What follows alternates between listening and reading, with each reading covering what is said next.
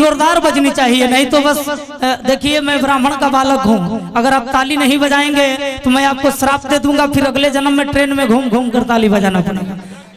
तो इससे बढ़िया है कि आप ताली बजाइए।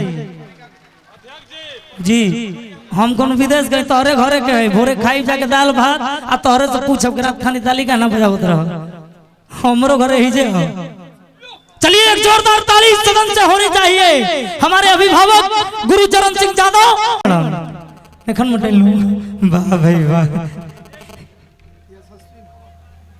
सम्मान का दौर, क्योंकि बीच बीच में सम्मान का दौर जब चलता है तो बहुत आनंद आता है, क्योंकि रामचरितमानस में तुलसीदास ने लिखा है ऐसा कलाकारी और ऐसा आयोजन हमने कभी नहीं देखा कि जहां पे दर्शक मंत्रमुग्ध होकर के आयोजन को देखते और सुनते हो।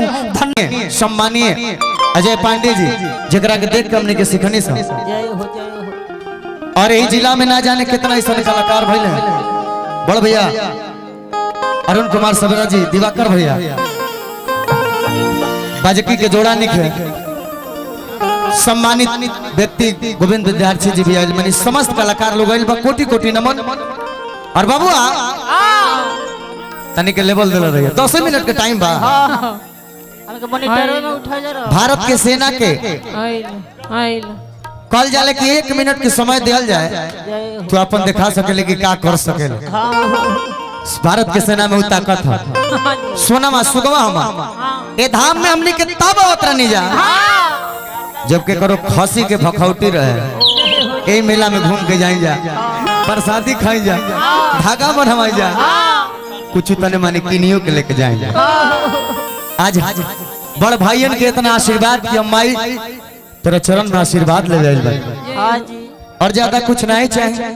दूगो भजन गाई वही में जौन बुझाई तो दे दिया, झोली मिलिए गुलबल ले जाए। ऐसे बात तने को मार द पलांटी में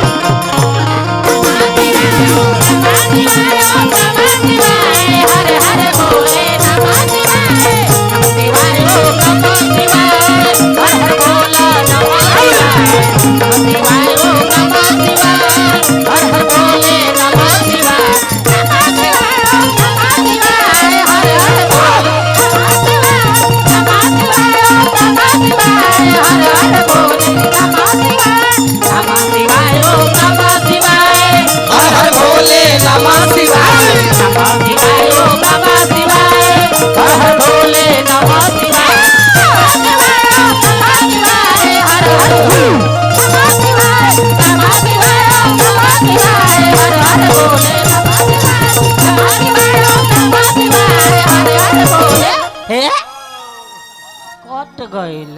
वाह।